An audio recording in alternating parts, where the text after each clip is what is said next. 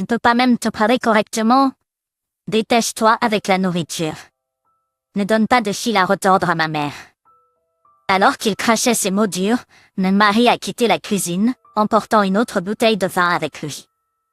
Bien sûr, il n'a montré aucun signe de vouloir m'aider. Silencieusement, j'ai commencé à nettoyer les assiettes cassées. Je n'en peux plus.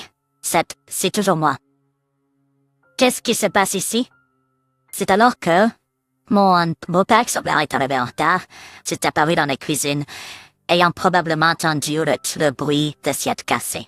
En regardant les nombreux plats préparés, son visage a montré une surprise évidente. « Tu as préparé tout ça, toute seule? » Avec un air à moitié vaincu, je lui ai répondu avec un humour autodépression. « C'est juste une journée ordinaire pour moi. » Mon apparence semblait le laisser sans voix. Mon apparence était clairement différente de la dernière fois qu'il m'a vu. Mais maintenant plus épuisée, ce qui a transformé sa surprise en colère. « Je vais aller parler à ma femme. » « Viens avec moi. Mon nom est Carole, j'ai 32 ans. Je suis mariée à Jacques, qui a 3 ans de plus que moi, depuis environ 1 an maintenant. J'ai toujours travaillé comme infirmière pédiatrique externe dans une petite clinique, mais je viens de changer d'emploi dans un hôpital général de la même ville pour améliorer mes compétences. Bien que nous soyons mariés depuis seulement 1 an, la plupart des gens nous considéraient toujours comme des jeunes mariés.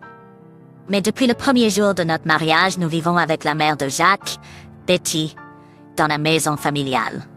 Son père, Pierre, travailleur de l'État. Et comme Jacques s'inquiétait de laisser Betty seule, il a voulu que nous restions avec elle. Quand Jacques s'inquiétait de laisser Betty seule, il a que nous restions avec elle. Au début, je sais qu'avoir une autre personne serait réconfortant. Nous pourrions nous aider et nous soutenir pendant les moments occupés. Mais putain, j'avais tort. Carole, c'est tout simplement pas acceptable. C'était après mon premier quart de nuit depuis mon changement d'emploi. Après avoir travaillé de minuit à 8h30, une moi fatiguée et usée est rentrée chez elle pour trouver Betty, qui n'était vraiment pas contente. C'était 9. Jacques était déjà pas qu'à travailler. Dops, c'est l'heure où les voisins ont déjà mon d'œuvre. Que ce soit ou non qu'elle le sache, elle m'a confrontée bruyamment. Pourquoi n'as-tu pas préparé le petit déjeuner pour moi? Ah, le petit déjeuner? Je te conçus, j'avais préparé 2 portions avant de partir pour le travail la veille au soir. Toi des supposés que Jacques devait avoir tout mangé, indiqué cela n'a pas changé son avis. Au final, je devais préparer le petit déjeuner pour elle encore, tout en frottant mes yeux somnolents. Tu es une belle fille si peu flexible, Jacques, c'est tellement une corvée. Même si je lui ai préparé le petit déjeuner encore, elle n'a pas prononcé un mot de remerciement. Elle a même critiqué le goût, disant qu'il y a trop de sel, ainsi ouais. Bien que j'étais trop fatiguée et ensommeillée, j'ai essayé de l'ignorer et j'ai marché vers ma chambre pour me reposer. Mais bien sûr, Betty m'a arrêté sur mes traces. Attends, Caron. Tu n'as pas rangé après le petit déjeuner. Je suis vraiment désolée, Betty. Je viens de terminer un quart de nuit. Pourrais-tu s'il te plaît ranger? Cuisiner inclut le rangement, non? Et j'ai laissé du linge et du nettoyage pour toi. Ne pourrais-tu pas le faire en premier, avant de te reposer? Puis-je au moins me reposer un peu et ensuite... Pourquoi agis-tu de manière si capricieuse? Est-ce que tu n'es pas la belle-fille de cette maison? Je ne suis pas déraisonnable. Si tu avais un enfant, ce serait une autre histoire. Mais tu n'en as pas, n'est-ce pas? Il me semblait que je n'allais pas avoir de repos de sitôt. J'ai traîné mon corps fatigué et j'ai fait ce qu'elle m'a dit de faire. Fais-moi savoir quand tu auras un enfant, dit-elle, et je te laisserai tranquille avec les tâches ménagères. C'est sa phrase fétiche ces temps-ci. Ce qui implique également, quand vas-tu me donner un petit enfant? Depuis que Hans est un enfant unique, la pression pour un petit enfant semble être sur moi. J'ai entendu dire qu'une des filles d'un ami est tombée enceinte pendant leur lune de miel et une autre a déjà 3 enfants. Je suis tellement jalouse. Je veux voir les âges de mes petits-enfants. Bientôt, je comprends. Je veux aussi tomber enceinte. Ce serait mon ticket de sortie de cette vie quotidienne agaçante, mais je n'ai pas pu pendant 1 an. J'ai essayé de tout gérer ma santé, de prendre des suppléments et même de visiter des endroits connus pour leur bénédiction en matière de fertilité. Je me sens comme j'ai tout essayé ce que je pouvais. Pourtant, pourquoi est-ce que ça se produit? Après avoir finalement terminé mes corvées, je me suis retournée pour dire à Bébête: Je prends une pause. Mais pour le travail acharné, c'est presque l'heure du déjeuner. Les pâtes ont l'air bonnes, non? Au final, je n'ai pas pu me reposer avant que l'horloge ne dépasse midi. Hey, à propos des traitements de fertilité, le docteur de la clinique dit qu'ils veulent que nous venions tous les deux. Peux-tu garder ce samedi libre? Un soir où l'acceptant de Jacques n'a pas chevauché mon quart de travail, je lui ai parlé de ma visite chez le spécialiste de la fertilité. Bien que ce soit juste la première visite, j'ai seulement soumis mon graphique de température basale, donné du sang et passé une brève consultation.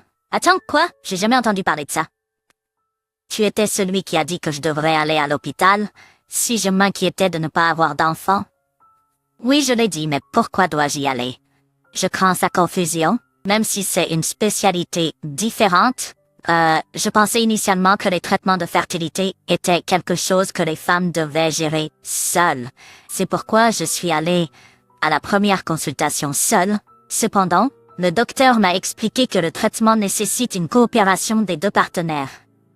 Pour une grossesse réussie, non seulement les fonctions reproductives de la femme, mais aussi celles de l'homme, doivent être en ordre. En examinant le volume, la concentration, la mobilité et la morphologie du sperme, il peut être déterminé s'il y a des conditions comme l'azospermie ou l'oligospermie. En fonction des résultats, cela pourrait considérablement affecter le plan de traitement, ce qui signifie que son test de sperme est assez essentiel pour le traitement de l'infertilité. C'est pourquoi ils veulent aussi expliquer le plan de traitement à toi aussi. Pourquoi ne peux-tu pas simplement m'écouter et me le dire plus tard? Ce n'est pas mon problème, c'est notre problème en tant que couple. Pense à ce que je ressens chaque fois que je rencontre Betty et qu'elle demande quand nous aurons des enfants. On parle pas mal de ma mère. Ce n'est pas juste, tu es stérile au départ. Vas-y, termine. C'est ce que j'essaie de faire. Et pour cela, j'ai besoin de ton aide. En plus de vérifier les trompes de Fallope et les follicules ovariens, le test de sperme est essentiel. Je suis en bonne santé et il n'y a aucun problème dans notre vie intime, n'est-ce pas? Il y en a beaucoup, n'est-ce pas? Donc j'ai pas besoin d'un test. Promenons alors. Que se passera-t-il si mes collègues me voient là-bas? Tu veux m'humilier? Non. Je ne veux pas y aller de cette façon. Est-ce que je me suis trompée en demandant? Il avait l'air offensé, et indiquant que la conversation était terminée, il a tiré les couvertures sur lui et a bientôt commencé à ronfler fort. En le regardant, j'ai poussé un long soupir. Être infirmière et travailler de nuit me fait croire que c'est une profession unique. Bien que la structure des quarts de nuit varie parmi les institutions médicales, dans mon travail actuel après le changement, nous avons généralement 3 quarts. En dehors du service de jour, il y a un service de nuit tardif 4 à 5 fois par mois, y compris les quarts de soir, il y a environ 8 quarts de nuit au total.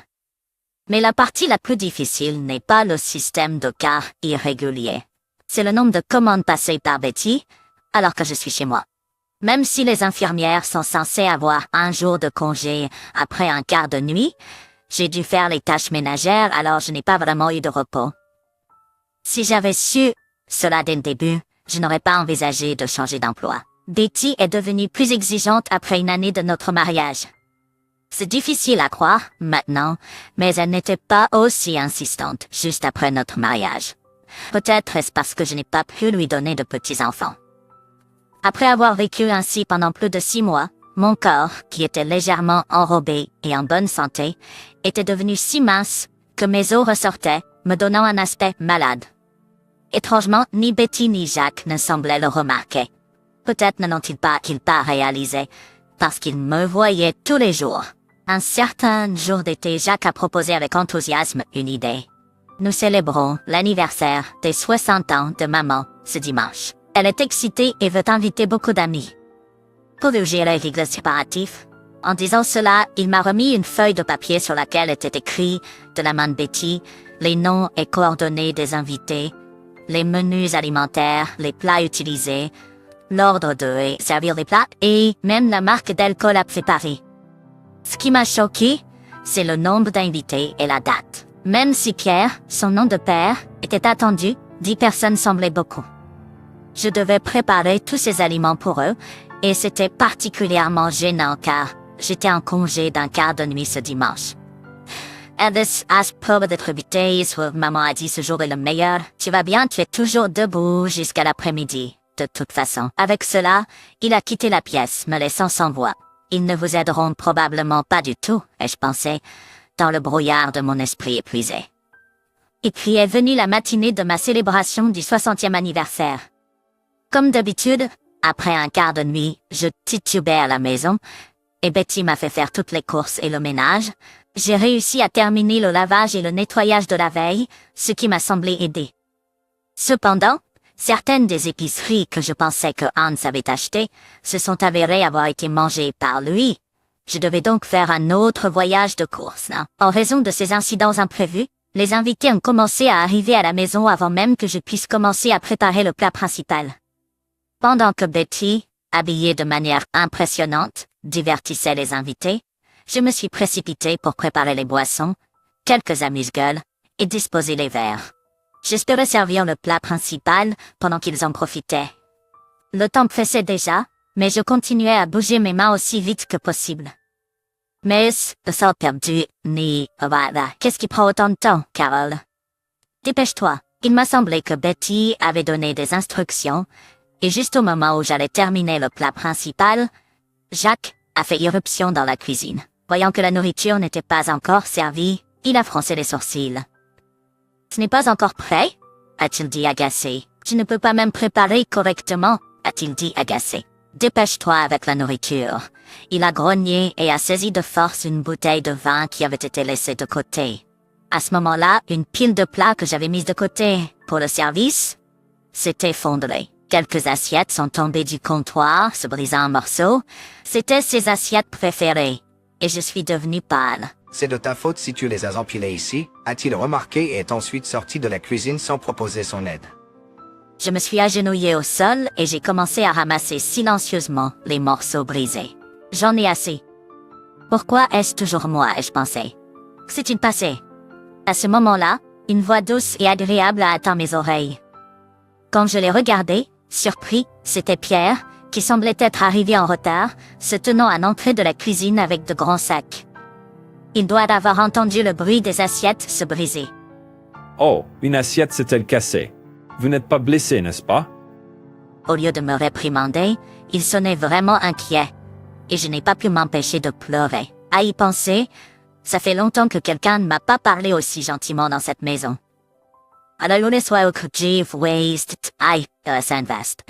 M'aidez-vous à rassembler les morceaux cassés.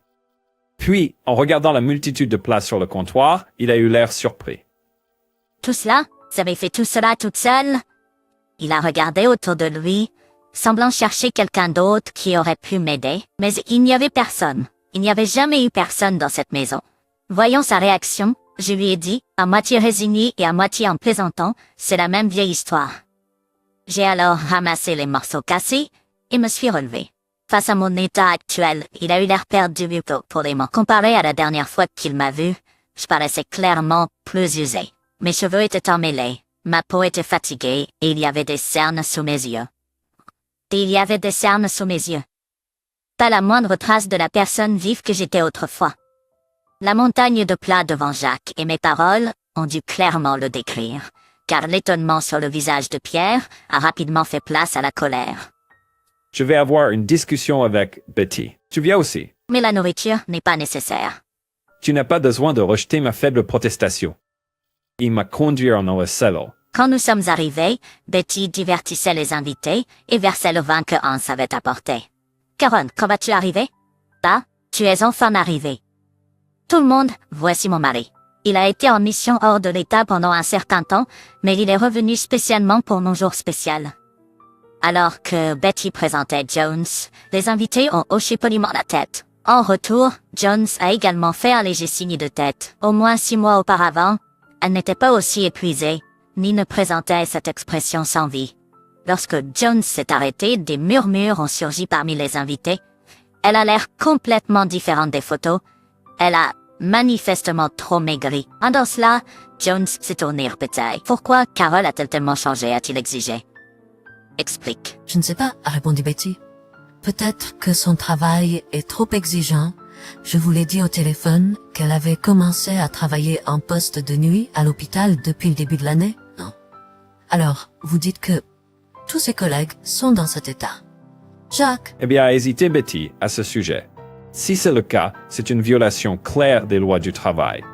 J'ai besoin de contacter le syndicat médical. Je fais semblant de ne rien savoir, mais j'ai entendu dire plus tôt.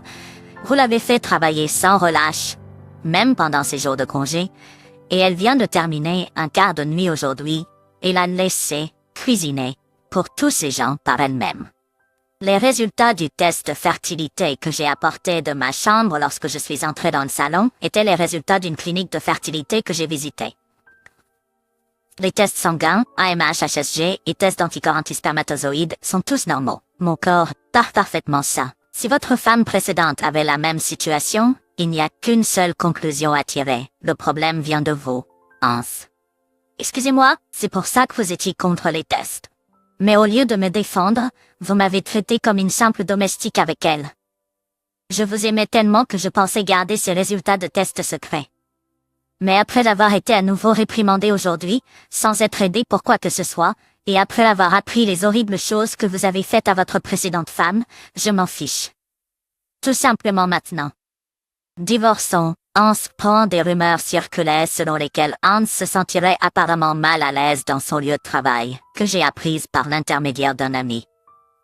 Je me suis présentée à un homme, par l'intermédiaire de Pierre, et après avoir fréquenté pendant 6 mois, nous nous sommes mariés. Il est un subordonné de Pierre et est réputé être l'homme le plus digne de confiance pour lui. Maintenant, nous vivons heureux ensemble. L'autre jour, j'ai passé un test chez le gynécologue et j'ai découvert que j'étais enceinte de 2 mois. Alors je prévois d'en informer Jeanne bientôt.